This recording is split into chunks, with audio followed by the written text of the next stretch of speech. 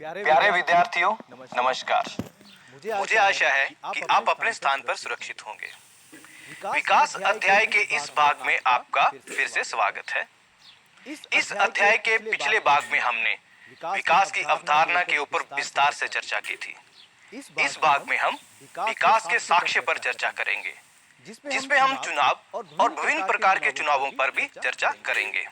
हमारी प्राकृतिक दुनिया बहुत सुंदर है और जटिल भी। इसमें वनस्पतियों और जीवों की एक विशाल विविधता है, कुछ सरल और कुछ जटिल। प्रकृति के इतने करीब होने के नाते इस खूबसूरत दुनिया के बारे में कई सवाल आपके दिमाग में आए होंगे, जैसे कि दो व्यक्ति एक जैसे क्यों नहीं हैं? जीवन की उत्पत्ति कैसे हुई है?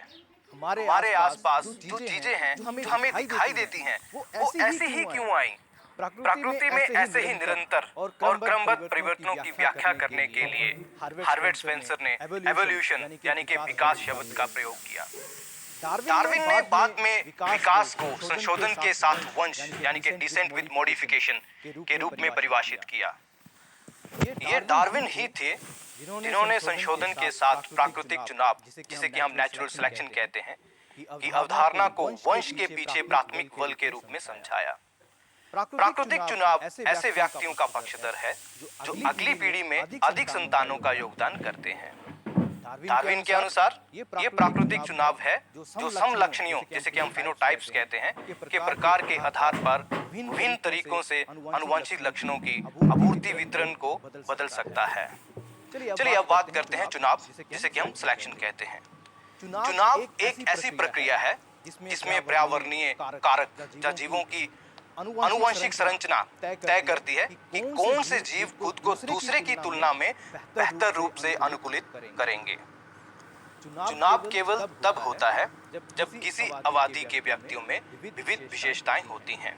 ये तब नहीं होता जब कोई विविधता नहीं होती है, जब वे चुनिंदा तटस्थ यानी कि जिसे हम न्यूट्रल कहते हैं होते हैं।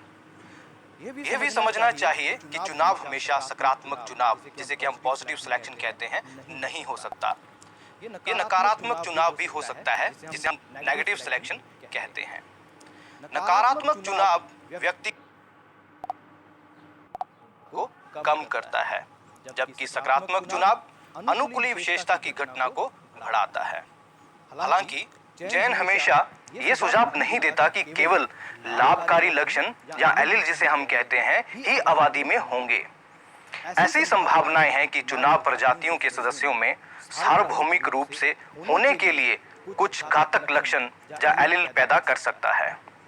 चुनाव कृत्रिम भी हो सकता है और प्राकृतिक भी। तो चलिए पहले हम बात करते हैं कृत्रिम चुनाव की। कृत्रिम चुनाव को चयनात्मक प्रजनन, जिसे कि हम सिलेक्टिव ब्रीडिंग कहते हैं, के रूप में भी जाना जाता है। ये मूल रूप से ये वांछनीय विशेषता के लिए जानवरों और पौधों का प्रजनन है। वांछित विशेषता या लक्षण, जिसे हम कहते हैं, के साथ एक पौधे या जानवर कृत्रिम रूप से समान गुण या लक्षणों वाले जीवों से पार प्रजनन करते हैं, जिसके फलस्वरूप विशिष्ट वांछित लक्षणों की एक उच्च क्षमता वाली संतान होती है। इस चक्र को संतान के साथ दोहराया जा सकता है जब तक कि विशिष्ट वांछित विशेषता या लक्षण प्राप्त नहीं हो सकते।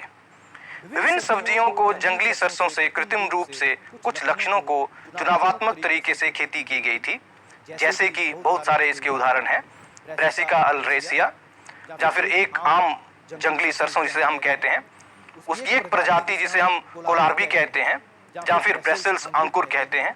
गोभी भी उसी की ही एक प्रजाति है, फूल गोभी, ब्रोकली इत्यादि। तो आइए अब हम बात करते हैं प्राकृतिक चुनाव की। ये प्राकृतिक चुनाव कैसे होता है? प्राकृतिक चुनाव एक ऐसी प्रक्रिया है जिसके परिणाम स्वरूप जीव अपने पर्यावरण के अनुकूल होते हैं। कुछ विशेषताओं वाले व्यक्तियों की आबादी में अन्य व्यक्तियों की तुलना में अधिक जीवित या प्रजनन दर होती है। वे इन वंशानुगत आनुवंशिक विशेषताओं को अपने वंश में पारित करते हैं और अंत में विकासवादी परिजनों के लिए अग्रणी होते हैं। इस प्रकार प्राकृतिक चुनाव विकास का मूलभूत कार्यात्मक तंत्र है। आइए हम प्रकृति में प्राकृतिक चुनाव को समझने के लिए शलभ, जिसे कि हम पतंगा कहते हैं, या फिर पेपर्ड मोथ के उत्कृष्ट उदाहरण का अध्ययन करें। पेपर्ड मोथ, जिसे कि हम पतंगा या शलभ भी कहते हैं, जिसका साइंटिफिक नाम जो है वो वेस्टर्न बिटुलेरिया है, ये इंग्लैंड में व्यापक रूप से होता है। ये एक निशाचर कीट है जिसे कि हम नॉक्टर्नल इंसेक्ट कहते हैं, और दिन के दौरान ये पेड़ों के तने या उनकी शाखाओं पर टिका हुआ होता है, और कीट भक्षी पक्षियों द्वारा हमला करने की भी संभावनाएं बहुत अधिक होती हैं। ये दो रूपों में पाया जाता है। एक धूसर रूप, जिसे कि हम ग्रे या मटमेला कहते हैं, जो हल्के रंग का होता है और श्वेत पंखी पतंग या शलभ कहलाता है। इसके जो पंख होते हैं वो सफेद या व्हाइट कलर हम कह सकते हैं होते हैं। दूसरा गहरे रंग का पतंगा, जो काले पंख और शरीर के साथ मेलेनिक रूप या कार्बोनिका रूप जिसे हम कहते हैं वो होता है। ये पेपर्ड शलभ प्राकृतिक चुनाव के लिए आवश्यक शर्तों को पूरा करता है, जैसे कि ये प्रजनन करते हैं। इनके रंगों के स्वरूप, जिसे कि हम कलर पैटर्न कहते हैं, में भिन्नता होती है। इनके रंगों के स्वरूप इन्हें आनुवंशिक रूप से विरासत में मिलते हैं। इनके अलग अलग रूप विभिन्न पर्यावरण के अनुरूप खुद को ढाल सकते हैं। 18वीं शताब्दी के अंत और 19वीं सदी के प्रारंभ में इंग्लैंड में औद्योगिक क्रांति हुई। इस क्रांति के कारण वहां पे हल्के रंग के शलभ बड़ी संख्या में पाए जाते थे। श्वेत पंखी शलभ काई से ढके हुए पेड़ों के शाल की पृष्ठभूमि के साथ अच्छी तरह से शलावरण यानी कि कैमोफ्लेज करते थे। इससे उन्हें शिकारी पक्षियों से बचने में मदद मिलती थी। दूसरी ओर गहरे रंग के शलभ, जिसको कि हमने कॉर्वेनिका फॉर्म कहा है, पेड़ों की शाल की पृष्ठभूमि के प्रतिकूल विशिष्ट थे। पेड़ों की शाल की पृष्ठभूमि के प्रतिकूल विशिष्ट थे, यानी कि उसके उल्टे थे। उनका कलर बिल्कुल अलग था और इस तरह पंछियों का आसानी से शिकार बन जाते थे। इस प्रकार इस समय मेलानिक रूप, जिसे कि हमने कार्बोनिका रूप भी कहा है, वाले गहरे रंग के शलभ बहुत कम संख्या में थे। फिर इंग्लैंड में औद्योगिक क्रांति ने ग्रामीण इलाकों में बहुत अधिक कालिक पैदा की। कालिक के धुएं ने पेड़ों के उगने वाले काई, जिसे हम लाइकन कहते हैं, को मार दिया, उसको खत्म कर दिया। पेड़ों पर बहुत सारी कालिक जमा हो गई और परिणाम स्वरूप पेपर्ड शलभ की पृष्ठभूमि का वातावरण काफी बदल गया। पेड़ की शाखाएं कालिक से काली हो गईं। अब उनके रूप के साथ मेलेनिक रूप वाले गहरे रंग के शलभ, जिनके की पंख काले रंग के थे, ने अच्छी तरह से शलावरण यानी कि कैमोफ्लेज किया और बड़ी मात्रा में पंछियों द्वारा शिकार से होने से बच गए। मतलब जब पंछी शिकार के लिए आते थे तो उनको काले रंग के जो शलभ थे वो नहीं दिखाई देते थे, क्योंकि वहां की शाखाएं काली हो गई थी। परिणाम स्वरूप इन औद्योगिक क्षेत्रों में इनकी संख्या तेजी से बढ़ी। इसी के साथ श्वेत पंखी शलभ शिकारी पंछियों का आसान शिकार बन गए और उनकी आबादी में भारी कमी आई। औद्योगिक क्षेत्रों में 1848 से 1898 तक 50 पीढ़ी के दौरान कार्बोनिका फॉर्म की आवृत्ति लगभग 1% से बढ़कर 99% हो गई। इस प्रकार ये दर्शाता है कि गहरे रंग के शलभ यानी कि मेलेनिक रूप का चुनाव लाभदायक था। प्राकृतिक चुनाव ने इन्हें जीवित रहने और संख्या में वृद्धि करने की अनुमति दी और इस प्रकार कीट की आबादी को एक दिशा दी, यानी गहरे रंग के शलभ, जिसे कि हम मेलेनिक रूप कहते हैं, में बदल दिया। अब यहाँ पर्यावरणीय कारक, जिसने श्वेत पंखी शलभ के खिलाफ गहरे रंग का शलभ के रूप का चुनाव किया, वह पंछियों के लिए शिकार का चुनाव है। प्राकृतिक चुनाव हल्के रंग के लिए जीन को नष्ट करने और गहरे रंग के लिए जीन की क्रमिक वृद्धि की दिशा में संचालित होता है। इंग्लैंड के और उत्तरी स्कॉटलैंड के गैर प्रदूषित या जिसे हम कहें गैर औद्योगिक क्षेत्रों में पर्यावरणीय रूप यानी कि श्वेत पंखी शलभ की अधिक प्रचुर मात्रा में होना चुनाव की भूमिका प्रदर्शित करता है। गहरे रंग के शलभ, जिसे कि हम मेलेनिक रूप कहते हैं, की संख्या में वृद्धि के कारणों का अध्ययन ईबी फोर्ड और एचबीडी कैटवेल द्वारा किया गया था। प्रकृति में प्राकृतिक चुनाव की व्याख्या करने के लिए एक और अच्छा उदाहरण है, जैसे कि कीटों में कीटनाशकों यानी कि डीडीटी का प्रतिरोध या जिसे हम रेजिस्टेंस कहते हैं।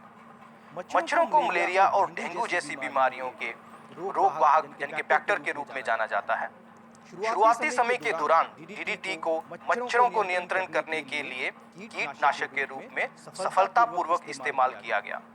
मच्छरों की आबादी तब अधिक डीडीटी संवेदनशील थी, लेकिन कम डीडीटी प्रतिरोधी थी, यानी कि वो रेजिस्टेंस कर जाते थे अगर हम कम डीडीटी की मात्रा उनको देते थे। लेकिन जब डीडीटी को बड़े पैमाने पर कीटनाशक के रूप में इस्तेमाल किया गया, तो डीडीटी प्रतिरोधी मच्छरों को डीडीटी संवेदनशील मच्छरों पर प्रतिस्पर्धात्मक लाभ मिला। डीडीटी प्रतिरोधी मच्छर अधिक से अधिक हो गए। समय के साथ मच्छरों की पूरी आबादी डीडीटी प्रतिरोधी हो गई। कुछ नए कीटनाशकों के प्रयोग के उपरांत भी ऐसा हुआ और अवलोकन दर्ज किया गया। इस प्रकार प्राकृतिक चुनाव के सिद्धांत के अनुसार रासायनिक कीटनाशक केवल एक सीमित समय के लिए उपयोगी रहते हैं। चलिए अब हम बात करते हैं प्राकृतिक चुनाव के प्रकारों की। प्राकृतिक चुनाव प्रजातियों की स्थिति बनाए रखने और उन्हें बदलने दोनों के लिए ही जिम्मेदार हैं। विभिन्न प्रकार पर्यावरण संबंधों के आधार पर विभिन्न प्रकार के प्राकृतिक चुनावों को मान्यता दी गई है, जैसे कि स्थायी कारक चुनाव, या जिसे हम सामान्य चुनाव भी कहते हैं, या फिर स्टेबलाइजिंग सिलेक्शन, नॉर्मलाइजिंग और नॉर्मल सिलेक्शन कहते हैं। दूसरा दिशात्मक चुनाव, जिसे कि हम प्रगतिशील चुनाव कहते हैं, या फिर डायरेक्शनल सिलेक्शन या फिर प्रोग्रेसिव सिलेक्शन भी हम उसे कहते हैं। और तीसरा विघटनकारी चुनाव, जिसे कि हम विविध चुनाव कहते हैं, या फिर डिसरप्टिव सिलेक्शन या डाइवर्सिफाइंग सिलेक्शन कहते हैं। चलिए अब हम बात करते हैं स्थायी कारक चुनाव की। चुनाव को स्थिर करना प्रकृति में चुनाव का सबसे आम तरीका है। ये चुनाव का एक नकारात्मक प्रकार है जो कम उपयुक्त या अधिक विशिष्ट समलक्षणी, जिसे कि हम फिनोटाइप्स कहते हैं, को समाप्त करता है और यौन प्रजनन वाले जीवों में औसत फिनोटाइप का पक्षधर है। स्थायी कारक चुनाव तभी संचालित होता है जब पर्यावरण लंबे समय तक स्थिर रहता है। इसके द्वारा ऐसी विभिन्नताएं जिन्हें उत्परिवर्तन, जीन प्रवाह, पृथक्करण और स्थिर वातावरण में पुनः संयोजन किया जाता है, यानी कि बिना किसी परिवर्तन के निरंतर वातावरण को समाप्त कर दिया जाता है। जनसंख्या का जीन पूल ऐसे वातावरण में आनुवंशिक रूप से स्थिर होता है। उदाहरण के लिए स्थायी कारक चुनाव द्वारा पौधों की ऊंचाई को स्थिर किया जा सकता है। मान लीजिए कि बड़े लंबे पौधों के बीच कुछ छोटे या कम ऊंचाई वाले पौधे हैं, तो उनको सूरज की रोशनी नहीं मिलेगी और आहिस्ता आहिस्ता मर जाएंगे या खत्म हो जाएंगे। ऐसे ही बहुत ऊंचे पौधे जो कि हवा से टूट सकते हैं और वह भी खत्म हो जाएंगे। चुनाव मध्यम ऊंचाई के पौधों का चुनाव और रखरखाव करता है। इसके परिणाम स्वरूप मध्यम ऊंचाई के पौधों की संख्या बढ़ेगी, जबकि छोटे तथा लंबे पौधों की संख्या घटेगी। स्थायी कारक चुनाव का एक और प्रसिद्ध उदाहरण एच.सी. बम्प्स द्वारा 1899 में अध्ययन किया गया था। उन्होंने देखा कि रोड आइलैंड में एक भयंकर तूफान में लगभग 136 गोरियां घायल हो गई थी या मर गई थी। उन्होंने पाया कि तूफान से मारे गए पक्षियों में औसत पंख और पक्षियों की तुलना में असामान्य रूप से लंबे या छोटे पंख थे। केवल 72 पक्षी ही बच पाए। अधिकांश पक्षी जो सामान्य पंख और सामान्य शरीर के अनुपात से बचे थे, जो औसत मध्य मान करीब थे, जिनको कि हम close to the mean value कहा जाता है, जो ये इंगित करता है कि औसत से बहुत अलग व्यक्तियों को व्यवहार घटनाओं के दौरान समाप्त होने की संभावनाएं अधिक होती हैं, जबकि औसतन व्यक्ति जीवित रहने में सक्षम होते हैं। ये जनसंख्या के जीन पूल की उत्परिवर्तन के संचय की जांच करता है। उत्परिवर्तन अपरिवर्तनीय वातावरण में प्रजातियों की अनुकूलता को कम कर सकता है। क्या अब आप इस कारण का चुनाव कर सकते हैं कि इस प्रकार के चुनाव को स्थायीकरण चुनाव या फिर सामान्यकरण चुनाव क्यों कहा जाता है? बिल्कुल सही। जैसा कि चुनाव जनसंख्या के जीन पूल में एक स्थिरता बनी रहती है, इसे चुनाव को स्थिर करना कहा जाता है, यानी कि स्टेबलाइजिंग सिलेक्शन भी हम कहते हैं। ये सामान्य व्यक्तियों का पक्षधर है और विशिष्ट व्यक्तियों को खत्म कर देता है, और इसीलिए इसे सामान्यकरण चुनाव यानी कि नॉर्मलाइजिंग सिलेक्शन भी कहा जाता है। हालांकि स्थायी कारक चुनाव शायद ही कभी संचालित होता है, क्योंकि पर्यावरण लगातार बदलता रहता है और शायद ही कभी स्थिर होता हो। चलिए अब हम बात करते हैं दिशात्मक चुनाव या फिर प्रगतिशील चुनाव के बारे में। दिशात्मक चुनाव एक जनसंख्या की आनुवंशिक संरचना में एक प्रगतिशील या अप्रत्यक्ष परिवर्तन लाता है। यह तब होता है जब वातावरण विशेष रूप से एक विशेष दिशा में बदल रहा होता है और इस प्रकार कुछ विशेषताएं संबंधी एक दिशा में आबादी के भीतर एक नियमित परिवर्तन पैदा करता है। पर्यावरण जो लगातार बदलता रहता है, जीवित जीवों पर इस लगातार बदलते पर्यावरण से अनुकूलित होने के लिए निरंतर बदलने को अनिवार्य बनाता है। इन परिस्थितियों में संचालित चुनाव को दिशात्मक चुनाव कहा जाता है। दिशात्मक चुनाव परिस्थितियों को दो अलग अलग समूहों के अंतर्गत होता है। पहला, पर्यावरण में प्रगतिशील या दिशात्मक परिवर्तन के अधीन आबादी में, उदाहरण के लिए जो हमने विस्टन बेटुलेरिया जो पेपर्ड मोथ का उदाहरण हमने दिया था। दूसरा,